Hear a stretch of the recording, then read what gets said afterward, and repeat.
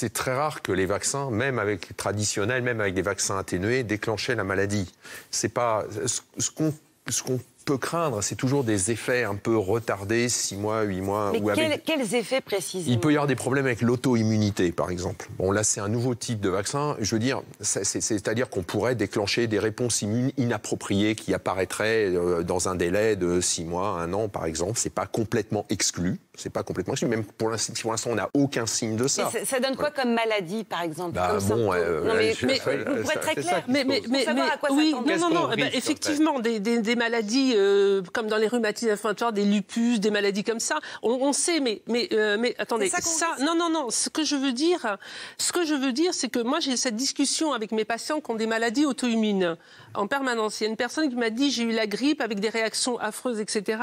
On s'est mis d'accord. Je lui dis vous, dans votre cas, je ne vous conseille pas. Et elle m'a dit merci parce que c'est ce que je pensais. Il y a des gens qui ont un système immunitaire exacerbé qui fait qu'ils fabriquent des maladies rhumatismales inflammatoires ou des lupus ou des scléroses en plaques. Chez ceux-là, la discussion, elle va être avec leur médecin généraliste, avec leur médecin spécialiste, et en fonction de leur âge et des facteurs de risque qu'ils ont. S'ils n'ont pas de facteurs de risque, et on les connaît les facteurs de risque, s'ils ne sont pas obèses, ils n'ont pas de diabète, ils n'ont pas d'hypertension, ils ont juste une maladie auto-immune, ils sont jeunes, ils ont un traitement de fond immunosuppresseur qui leur permet d'avoir une immunité normale. Et c'est pour ça que je dis, il va falloir vraiment discuter au cas par cas, et chaque patient va aller voir son médecin et son spécialiste pour en discuter. Et dans l'immédiat, pour les personnes âgées, et d'ailleurs on le sait parce que l'auto-immunité, les gens qui ont des maladies immunitaires, avec l'âge, elles ont tendance à s'éteindre à cause de cette immunosénescence. Donc moi, je ne suis pas inquiète du tout pour le million ou les 2 ou 3 millions de gens qu'on va vacciner au début.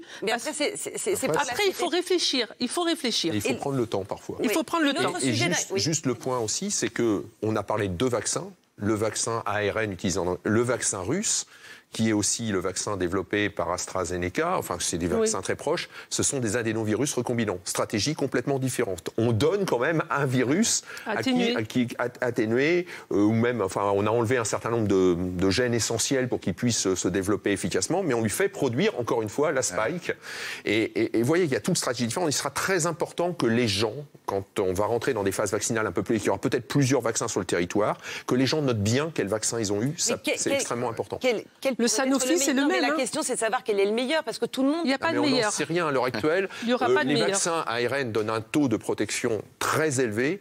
Le vaccin Novavax aussi donne un vaccin... les vaccins, donc c'est BioNTech et Moderna, c'est-à-dire BioNTech, c'est Pfizer et je ne sais plus qui... C'est les ARN messagers. Ouais. Donc là, c'est les ARN messagers, très bons résultats, autour de 95% de protection, voilà. Oui. Mais après, on sait que le vaccin d'AstraZeneca, ils sont venus sur leurs chiffres, mais au départ, c'était que 70%, mais ils ont dit oui, mais on avait une sous-population qui avait été... Et c'est là, justement, le problème, c'est qu'il faut vraiment que les gens soient transparents. Pour l'instant, on n'a pas eu accès aux données, et on aimerait les lire et quand même pouvoir les décortiquer, et que beaucoup de scientifiques, et là, c'est quand même un sujet très chaud, se penchent là-dessus. Il n'y a toujours pas eu de publication scientifique. Sur les phases 1 et les phases 2, si, c'est-à-dire les phases précoces où on regarde si on les a, parce que moi, je les ai sortis.